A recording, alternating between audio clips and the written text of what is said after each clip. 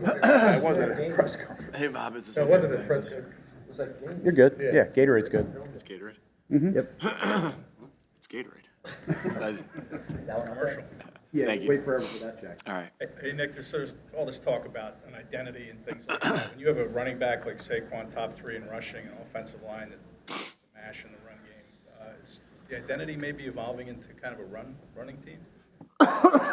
Excuse me. I think, again, we do what we need to do to win each game. There's going to be a game where we have to, I'm sorry, guys.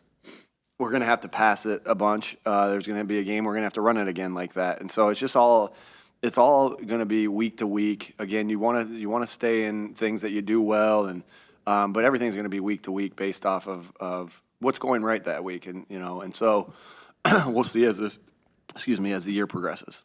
Nick, you told us about the moment with Saquon, but since we've all seen that, can that have an effect on the entire team? Yeah, I think people really respect Saquon, and because of the person he is, the leader he is, the player that he is, and I think that it just shows selflessness. Just caring about the team, caring about, and that's what he's been since he's been here. That's what he's been. Excuse me. Since he's probably been 10 years old, right, and playing football. And so I think that a lot of that guys respect that, and we try to point those things out anytime they happen. With the selflessness and because that's part about being a team. Excuse me. Hey, Nick, what impresses you most about Joe Burrow? Yeah, he's a obviously really good player who's done it really well. Excuse me, I need to step away for a second. I'm going to have a coughing attack. Be right back. Okay. That was funny. He's done it at a high level for a very long time. I mean, thinking back on just that team that he had in college, he still has one of the guys that he was throwing to in college, and just how fun that was, excuse me, to watch. Just think, he just plays at a high level each and every year, and this is a really good offense. A lot of respect for this offense with the weapons they have, and then obviously Joe Burrow. We've seen over the last, since the start of season, the defense and the personnel usage, and in some cases guys being subbed out for others, evolve. But especially so since the bye. How has Vic managed that, and how have you overseen it and allowed him to kind of run with that? Yeah, obviously these guys have a vision of, what guys do well, and they're with that every single day, and obviously I'm there with them watching that, but, they're got so much faith in our defensive staff to, hey, we think this guy should be here, or this guy should be there, and, obviously, again, we watch it all together, but they're the experts at defense, and, so I just got a lot of respect for our defensive staff and the positions that they've put the guys in. Like, we know this, though. We're only as good as our next game. So we got a really big challenge on our hands this week against a really good opponent, and looking forward to the challenge. And we'll see how that goes. And how does that happen? If I could follow up, how does that, we've gotten to know Vic fairly well. He's pretty blunt, and he's pretty much going to just handle things the way he's going to handle them. That may rub some players if they're losing snaps, et cetera. How does he handle that, and are you kind of the good cop to his bad cop?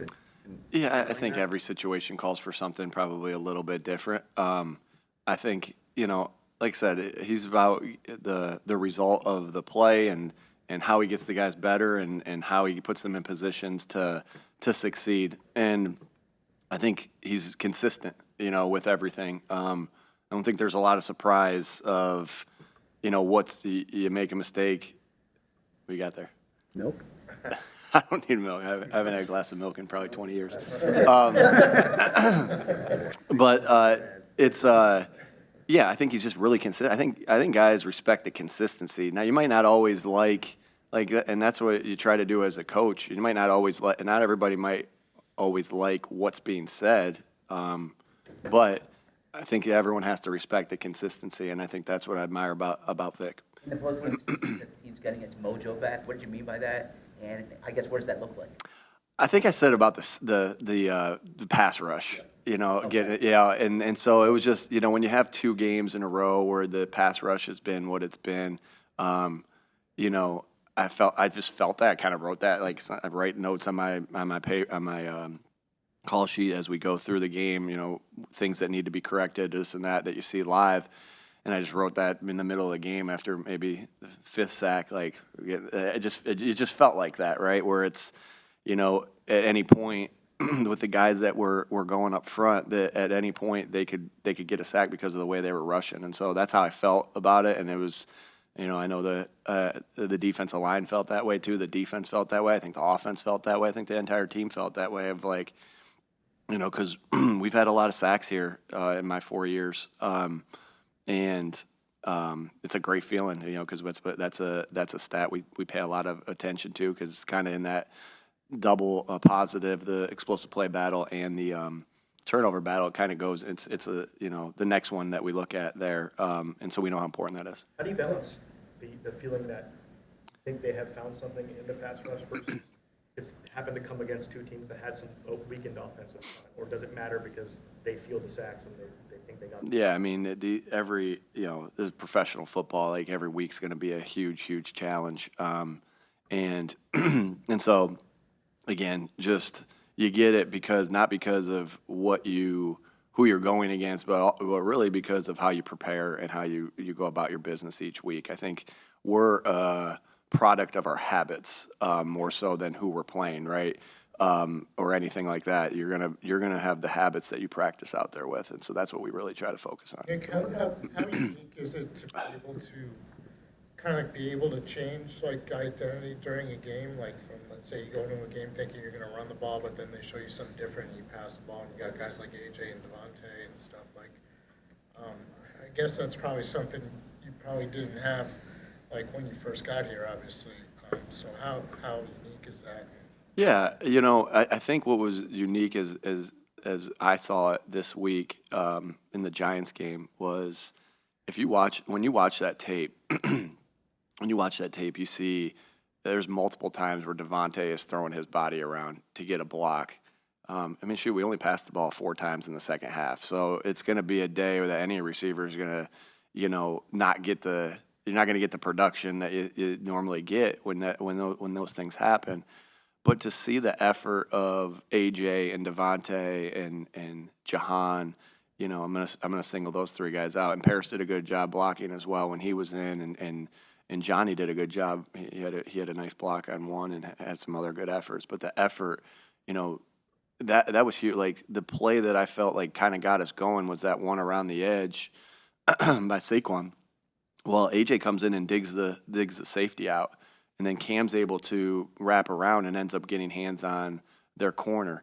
And so it's like, okay, the game's and that was kind of a little early to say that the game was going to play out that way at that point. But as the game progressed, you just see, like, we all heard the selflessness of Saquon when I had that conversation with him when he, so that was heard. But you see it on tape with Devontae. I'm going to single those 2 guys out particularly, Devontae and AJ, of how they blocked in a game like that. And I remember there was a game a couple years ago where Devontae said the same thing. I remember he said it to Slay on the sideline. Like Slay's like, "Let me get in." We were winning by a lot. He's like, "Let me get in, get a couple catches." He's like, "We ain't catching today. We've been running it. And you want to come in on offense? You better go ahead and strap it up because we're blocking today." And so it's like, I love like that selflessness that we get to see, and that's like.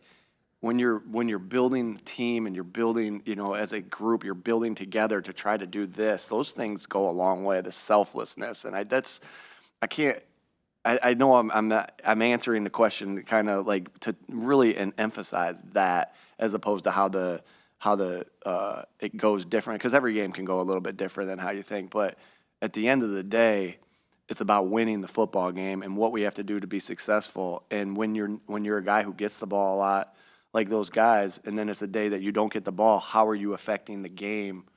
How are you affecting the game in a positive way when you're not touching the football? And those guys, I just can't say enough. Like I wanted to spend a little time on that because I can't say enough about how selfless I felt like they were, and that doesn't surprise me. That's how these guys are. Nick, is that contagious when your veteran, your leaders do that? Oh yeah, definitely. I think everyone feeds off that. You know, sometimes you see a play on the sideline where Saquon lowers his shoulder, or AJ finishes on the sideline, or Coop finishes on the sideline. The contagiousness. Yeah. Okay. That has, right, for the toughness of your football team and the energy that it brings. Well, it's the same thing here. If guys are watching and seeing that, and we point it out and we show that. I mean, that's a big deal. Because when Devontae Smith can do it, play with selflessness, and then they got to do that too, because that's what's the expectation and that's what the standard is. How would you describe Josh Sweat's season to this point? I think Josh Sweat is one of the most physical guys on this football team. And I think that defensive ends are always judged on how many sacks did you get, right? And I get that, and that's part of it. But the way he plays the run and the way he puts his hands on tight ends and the way he puts his hands on tackles, and the violence that he plays with is critical to our success on how he plays on the edge of our defense. And so I feel like every week when I'm watching the tape, I'm writing up there 19. As I look at the tape, 19 plus physical, 19 plus violent, 19 plus way to use your hands. It's like it's just over and over and over again. And it was good to see him, the last couple of weeks get the sacks because he's always on pursuit. I think there was a really good play that he made in that Giants game where they thumped the edge, with the tight end. He got skinny and then got himself back on the tackle. And was an unbelievable rush when the attention was going to him. When you can beat a rush when two guys are blocking you, that's impressive. And he was able to do that, and he's been able to do that throughout his career.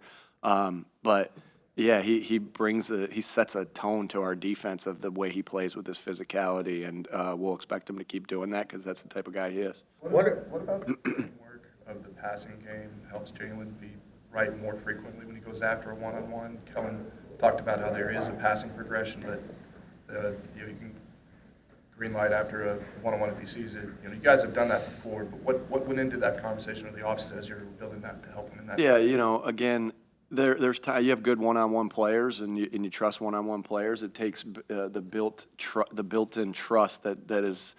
Again, this isn't blind faith. This is work over and over and over again that he trusts AJ, Devontae to work those one-on-ones when he does have them, and being able to know when he doesn't have them to work the other part of the concept. And so, and listen, defenses are constantly trying to manipulate you to see, to deceive you, right, of to what you're really getting. And so I just think he's done a good job of seeing what the defense is giving to him, taking his opportunities for one-on-ones when he has them, and playing football, playing the position at a high level when they don't present themselves. Is it a Two more, folks.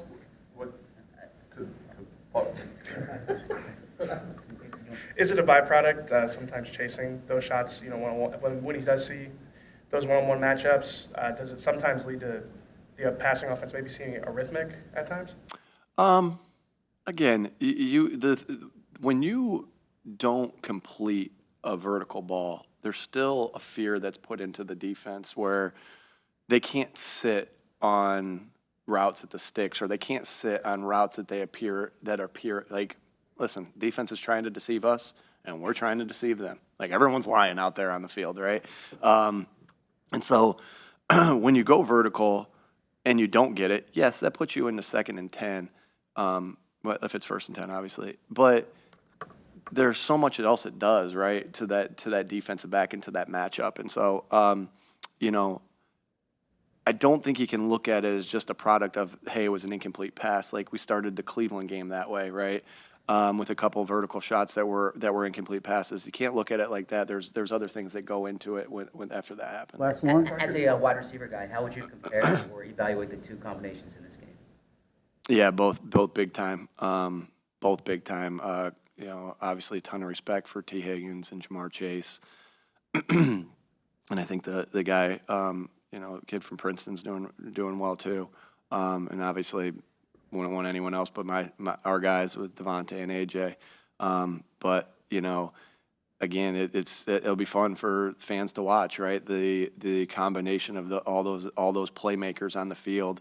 I know you want me to rank them. I'm not going to rank them, but a ton of respect for both. Love the guys that we have, and a lot of respect over there. Of how they've done it and how they've done it for many years. Go ahead, Bruce. Just to follow up on the passing, what goes into the balance of either zeroing in on those one-on-ones when there may be something in the progression that emerges? Like what's the balance, and how do you kind of coach that? Yeah, again, sometimes routes stay on versus press. Sometimes they convert versus press. Sometimes they stay on versus cloud, and sometimes they convert. And so sometimes it's just the defense that balances that out. But, again, you're just trying to attack multiple ways. You're trying to attack on the outside. You're trying to attack on the inside. You're trying to attack vertical. You're trying to attack short. So, again, we're constantly lying to the defense about what we're doing. All right.